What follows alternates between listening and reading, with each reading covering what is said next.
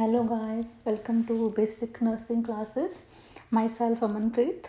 In today's video, we are moving on with our topic hyperthyroidism. In the previous video, we discussed about what basically happens in hyperthyroidism and its signs and symptoms, and now we are going to discuss about the main causes and the management basically. Okay, so let's discuss first the causes.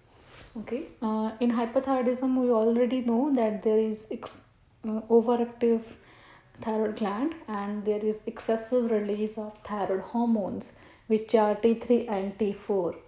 And the cause behind their secretion, the primary reason can be any underlying adenomas. Okay, any adenomas related to thyroid gland, and these adenomas, they are mostly benign in nature. Okay, and the second cause, which is very common, that is thyroiditis, which is the inflammation of thyroid gland. Okay, in these both conditions there can be excessive production of T3 and T4. Okay, so let's move on to the management, which is very important. Okay, firstly we are going to discuss about the management of thyroid storm. That is the very critical and life threatening condition. We already know that in thyroid storm there is excessive production of a very high production of, or you can say extreme production of T3 and T4, which can lead to some severe signs and symptoms in the body, like severe tachycardia, very super high temperature, like more than 105 degree Fahrenheit or more than 40 degrees Celsius, and tachycardia that is also extreme, and there is hypertension, which is also very extreme, which can lead to stroke.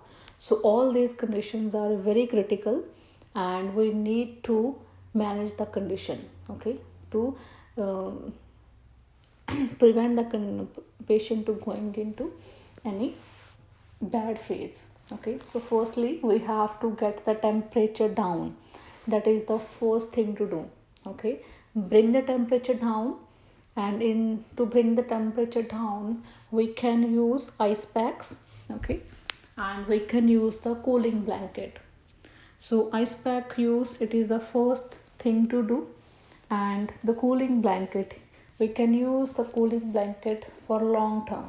Okay, and that's the best thing to do.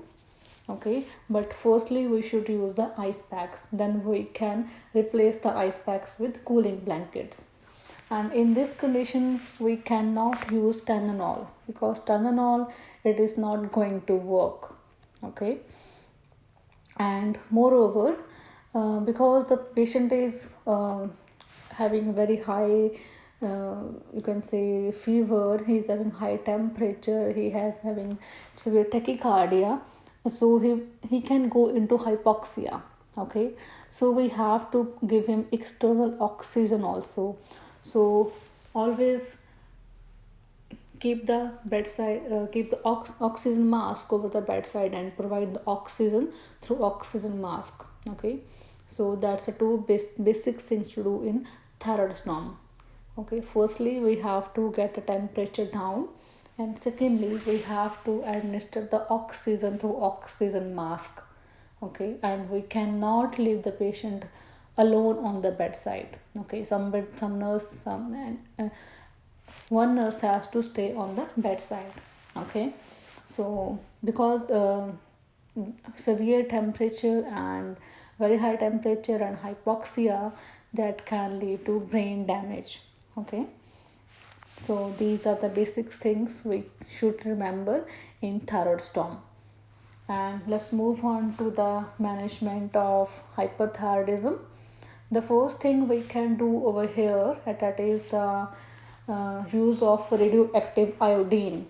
Okay, so that is the best choice, and this radioactive iodine, it is given orally, and this basically causes the thyroid gland to shrink in the size. Okay, so because the thyroid gland shrinks in the size, so it secretes less amount of T3 and T4. Okay, and excessive iodine in the body, that disappears in weeks to months. okay, automatically. And this radioactive iodine intake, it takes long time to give a response, so it has a delayed response. Obviously, if the patient is taking radioactive iodine, so patient will also emit the radiations. So we have to give the health teaching to the patient and his family members, which a nurse should know. Okay, because the client is also emitting the radiations, his body fluids, inner fluids, and the fluids which he is excreting, these are also radioactive in nature. So we have to protect the patient also, the family members also, and caregivers also. So all we have to protect. So the basic health teaching the nurse should know. The first thing we should teach the patient that he should use a separate toilet. Okay, and he has to flush the toilet 3-4 times every time he goes.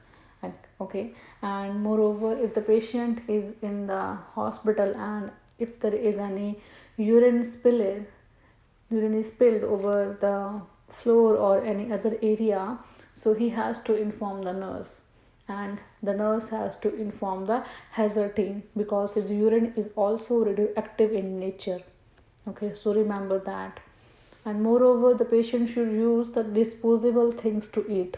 Okay, because once the patient has eaten in these utensils, we have to discard them.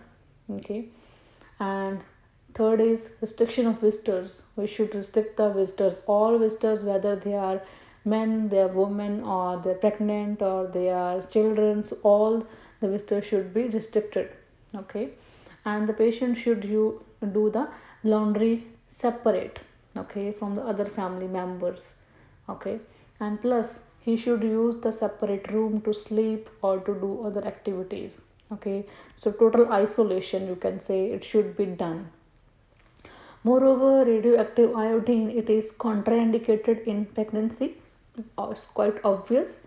And before prescribing or before giving radioactive iodine to a patient, always confirm about a pregnancy.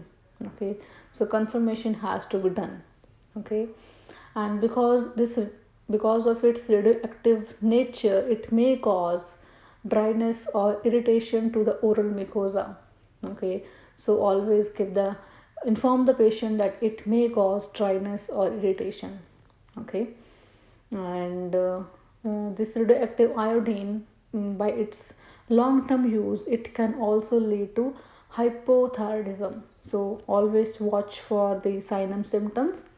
Okay, so these are the basic things to remember about the use of radioactive iodine and nursing responsibilities. Now let's the other thing we can do over here, that is the use of PTU, that is propyl thiouracil, and this is an anti-thyroid medication. It basically prevents the thyroid gland to produce its hormones. Okay, and it's also long-term therapy. Okay, and the basic drawback, you can say the side effect of this medicine, is that it causes immunosuppression.